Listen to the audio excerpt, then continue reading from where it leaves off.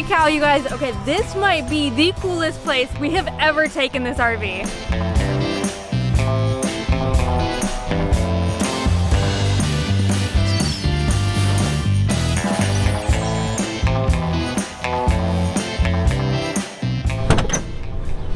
So far, we've been spending most of our trip on Highway 5, which is on the eastern side of the Baja Peninsula. But we decided to head over to the west, and we just met up with Highway 1. And our first stop is the adorable little town of Catavina. To get here, you've got to drive deep into the hills where the scenery just gets more and more beautiful. It basically becomes like an epic desert painting. There isn't too much to do in this town, but there is a little roadside establishment that is just across Highway 1, right over there, that you have to stop at on your way through. So we're gonna stop there. Let's go. Did I do that all right? Yep, nailed it. You ready for breakfast? Ready. Okay, let's go.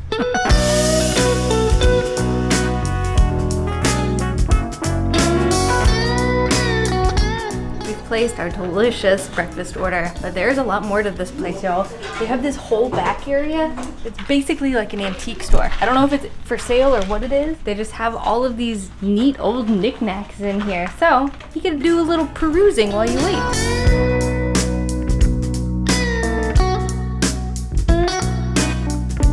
Lots of weird stuff in here, huh? I would hope this comes with a priest to immediately exorcise your house. Yeah, only after you find it standing above your bed with a knife in this little cute hand. Oh, God. This is my first time having chilaquiles since we got here, and this is one of my favorite dishes. It's usually the red sauce that makes it, you know, it's so flavorful. This is the good stuff, y'all. This is what hopes and dreams are made of. It's so savory and delicious and flavorful, and I love when there's still a crunch because the tortillas can get kind of soggy, but they are nice and crunchy, not soggy at all. It's absolutely bursting with flavor. Best first meal of the road trip.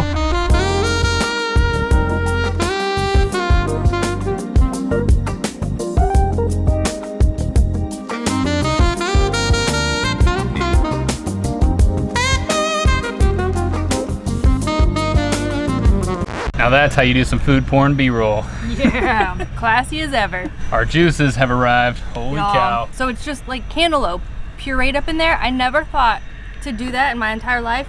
It is so freaking good. And it's so pulpy, so you get, it's like eating a cantaloupe while you're drinking a cantaloupe. It's so refreshing.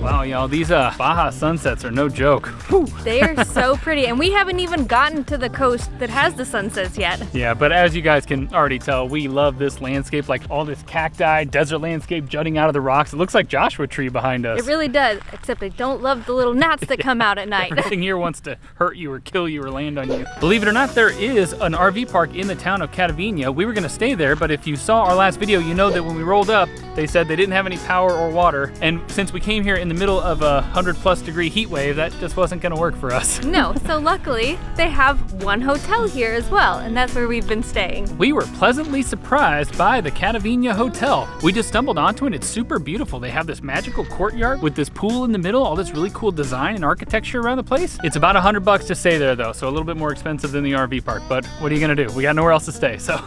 I'm happy to say though, you guys, the heat wave is over. This is the first cool evening. It's gonna be cooler tomorrow, like in the 80s. It might even be chilly when we wake up in the morning. I cannot wait. Cannot wait. One thing you should know is that there is absolutely no cell signal out here, and while the hotel does have Wi-Fi, they only give you 2 gigs of data for your stay. So this is what we have done.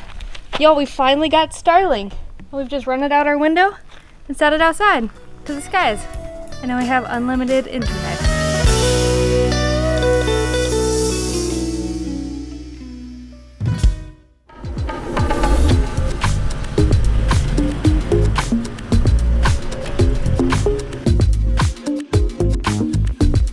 Back on the road, but before we head out, we've got to get some gasoline. And you are not gonna find any proper gas stations in this part of Baja. Instead, you're gonna find this.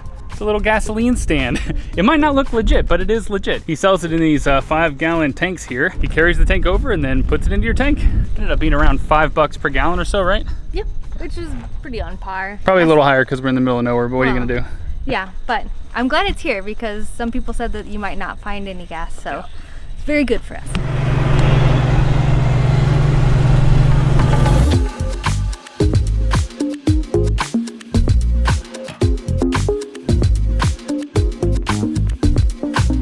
we decided to make a quick little stop that's a few kilometers down the road from Catavina. Well, first off, there's just some epic hiking and landscape. We just really wanted to get in and check it out. But there's supposed to be some cave paintings or something, but you might see something on Google Maps marked, but when you get there, it's all completely unmarked. So you got to kind of figure it out as you go. I think we're on some sort of trail. I'm hoping it leads us to something cool. If not, it's beautiful.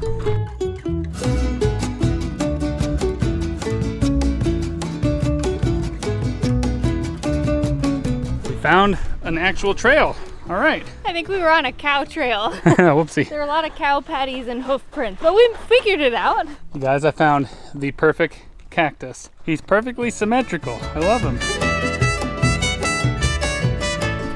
How cool. Did you find him? Yeah. Oh my goodness. I can't get in here. Oh, there we go. I mean, I guess they didn't see the no graffiti sign down there. I bet they got a hefty fine. You know, it's not a bad spot to sit and do some art. It's much cooler in here. It's so cool. You're up high, you get a great vantage point. I'm blown away by how colorful these are. We just saw some cave paintings in Utah, but they just scraped it into the rock, I believe. This is like, they actually had some colors and put some thought into it. It's amazing. I'd love to tell you some epic facts about these cave paintings, but people really don't know much about it. They kind of know a lot of the different pigments and things that they use, but they don't really know when they were made. There's accounts of them dating back to the 18th century, so who freaking knows?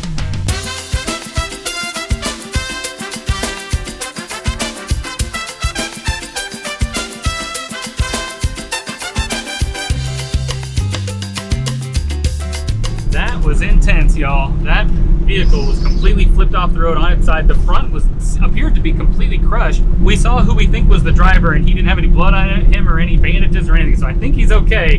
The cops were there, but wow, that had to have startled him, huh? Golly, I mean, I guess you always realize you could be having a much worse day than you are. So we are making the about hour and a half or so drive from Catavina to El Rosario, which is much closer to the coast. But to do that, we have to traverse some more of Highway 1. And this highway, it starts off very, very narrow. And if you slip off the edge, as you saw by that semi, you can slip right off and flip right over. So you got to watch out for that. But as we got further west, the lanes widened a little bit, and then a little bit of a shoulder appeared, so it gets a little bit safer. But then all of a sudden, out of nowhere, gigantic potholes. Yeah, look at those things, man. I don't know if it comes across, but those potholes are like almost a foot deep, some of them. But even though the road has widened, it's definitely an older road and not as well maintained. So there have been quite a few more potholes. Luckily we have more roads, so I can kind of bob and weave in between them, but it's very hilly, very winding, so it's kind of dangerous. Yeah, and if you swerve to avoid a pothole and someone's passing you or someone's coming on, like, you can get into trouble quick, so you really got to pay attention on this road. Yeah.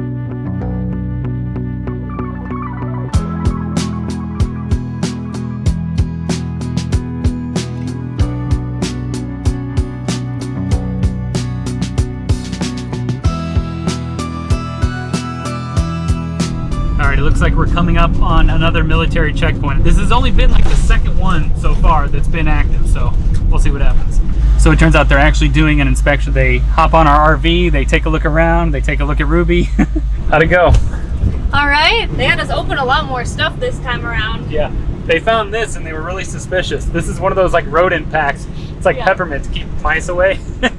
He did say our casa was muy bonita though, so that's very nice. He was trying to talk to me a little bit, but my Spanish is a little too rusty, so.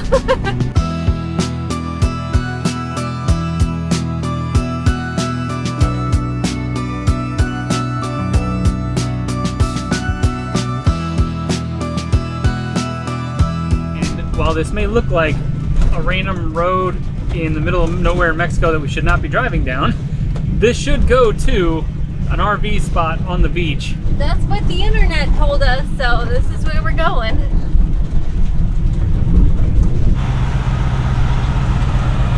We were driving around trying to figure out what to do, and then Fidel himself showed up. This is Fidel's RV campground, so he said, follow me to the Palapas. So we're on the beach.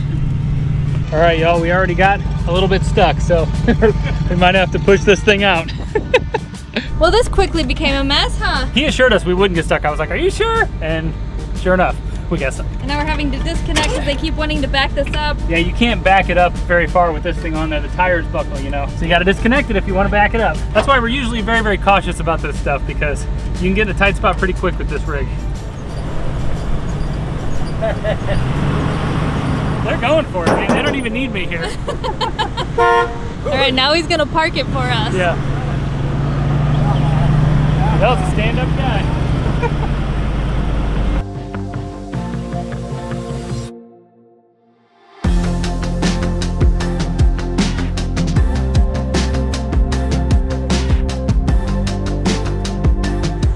You think it's gonna be pretty cold? I mean, the sand is freezing right now.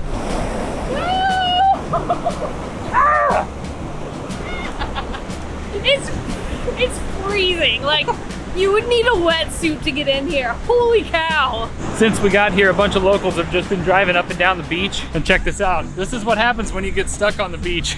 This is a huge pit where someone was driving here, and that's how far down they got until they got dug out. All right, now I'm gonna bury you. Now you gotta dig yourself out. Yeah, they dug a hole already. That was a really bad evening for somebody.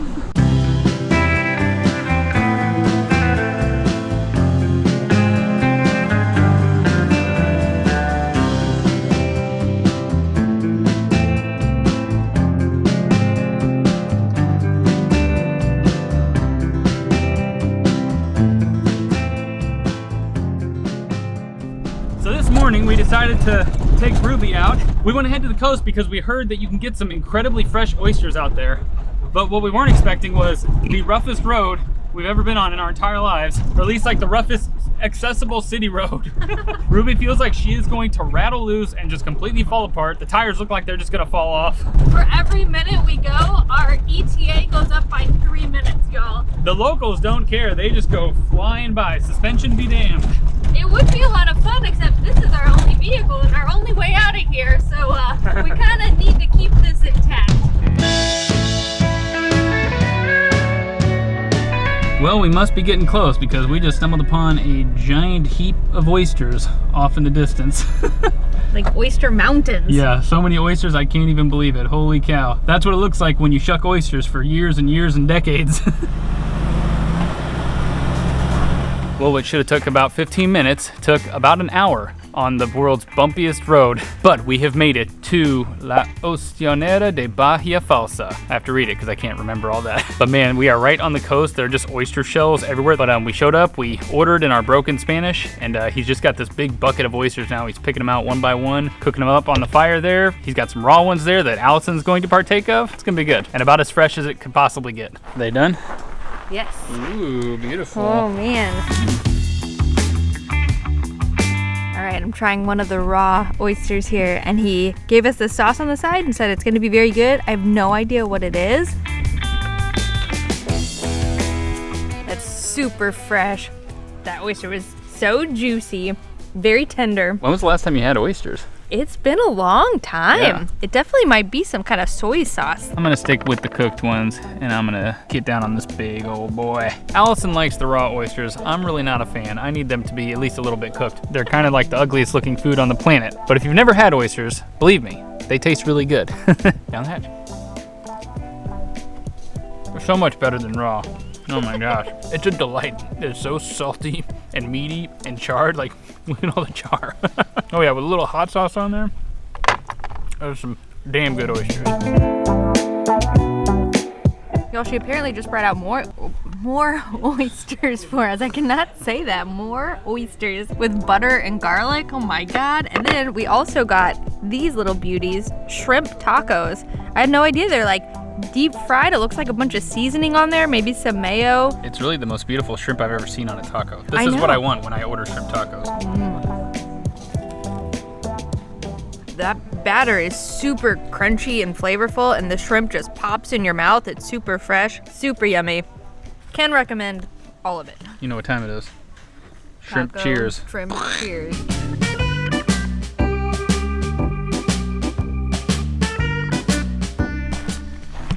So the town of San Quintin is actually the biggest city we've been in so far since we crossed the border. It's not particularly beautiful though, but if you go right outside of it, there's actually this epic peninsula with a bunch of volcanoes, beautiful wetlands, and they are known for having oysters. Lots and lots of oysters. And there are tons of fresh seafood restaurants here. But the catch is, you have to get out here. Did you say the catch? Yeah. Is that meant to be a pun intended? Sure. The road is the most atrocious thing we've ever been on in our entire lives. Yeah. I'm so glad we didn't come out here in Clementine. We would have quickly turned back around. It is really beautiful. There is some hiking to do. I don't think we're gonna make the drive to do it though. Yeah, well, the drive took like 4 times longer than we thought it would. Now it's gonna take 4 times longer to get out. So Yeah. we're losing our time and we gotta head up north. So Yeah, but apparently there are 10 different volcanoes here. Now they're just kind of these big dark mounds, but hundreds of thousands of years ago, they were going crazy. They were actually under the water, just doing their thing, bubbling up, and they formed little islands, and then they eventually formed this whole area. But there is pretty much nothing out here. It's so different than the rest of Baja. There aren't really any cactus or trees or anything. It's just these low-lying wetlands.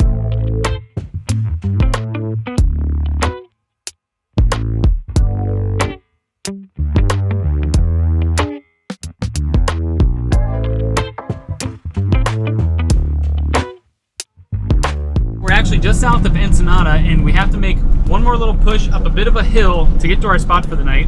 Now we haven't booked anything. We're just kind of playing it by ear and it's getting kind of late in the day. So if this doesn't work out, I'm not sure exactly what we'll do. But we're only like 12 kilometers away or so, right? Yeah, but this is definitely the latest we've been driving to a location this whole trip, so. And not knowing if it's gonna work out. Exactly. So far, most things have worked out. Yeah. We'll see. Eric's just heading down to ask the guy if we can park here. We heard rumors that sometimes they turn RVs away. I don't know if because they're too big or what, but I think we're getting a thumbs up. I think we're good to go. It worked. It's working out. Yeah, pretty sweet. All right, let's do it. Yeah.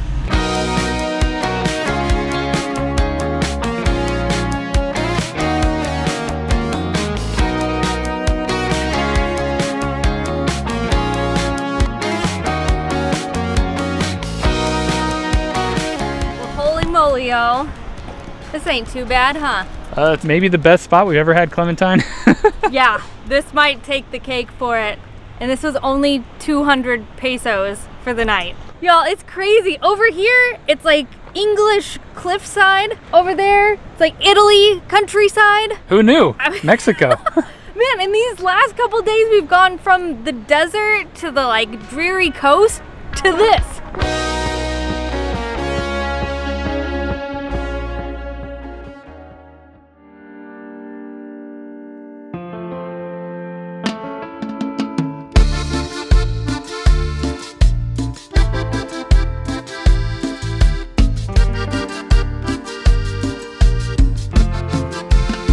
I got a little wet on that one. Did you? Yeah.